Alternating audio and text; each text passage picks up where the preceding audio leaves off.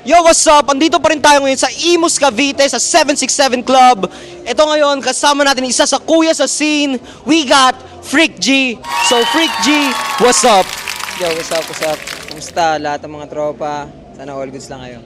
Anong lagay? Yan. So, unang tanong namin, kuys, ilan lang rin to, bakit Freak G? Freak G, nagsimula kasi yun. Sa battle rap lang yun eh. Dati kasi freestyle lang ako. Tapos nakilala ko si Edward Rasote, aka Cas. Siya yung nagsabi sa akin na bumatel ka, ganun, marunong mong freestyle. Biglaan lang. Sabi niya, ginagawa na yung poster eh. Wala akong maisip. Freak G, Francis Gonzalez kasi ako eh. Freak G, yun na, okay na yun. So, sige, okay na yan. Lagay mo na sa poster, kaya nabuo ko yun.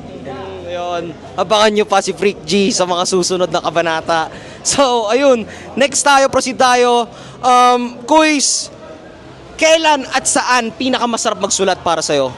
Kailan? Palagi. Saan?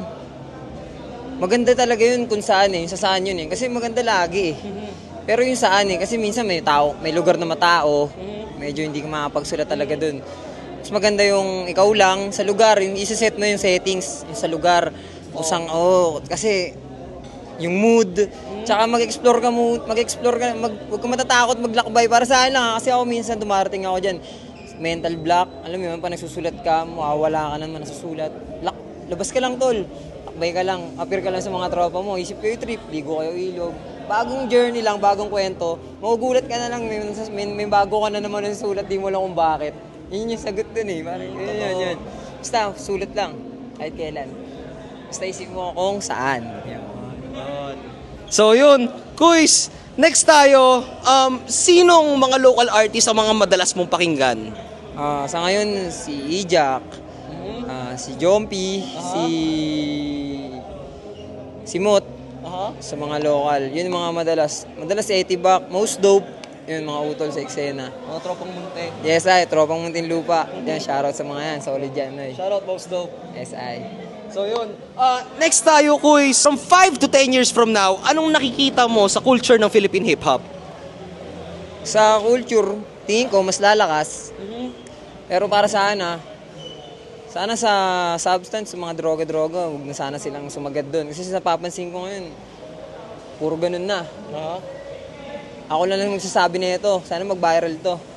Huwag na kayong sumunod na ganun, oy. Hindi siya maangas. Promise. Mas malulupit kayo pag natural lang. Huwag mong pilitin sumabay sa kung ano. Natural mo lang kung ano yung trip mo. Kung trip mo talaga mag-drugs, ha? Sabihin mo yun. Si Aklas nga, ganun eh. Pero kung hindi naman bagay sa'yo yun, wag. Kasi Huwag ipilit kumbaga, no? yes, ay. Yun lang. Kaya maganda sana yung future. Tingin ko, magiging malakas siya. Pero sana, wag nang lumala pa. Alam mo yun, malakas niya eh. Malakas na siya ngayon eh. Kaso parang medyo lumalala lang sa health, mga ganun. Medyo kailangan nating balansin yun. Payo lang yun. Yeah, para saan lang. Yan.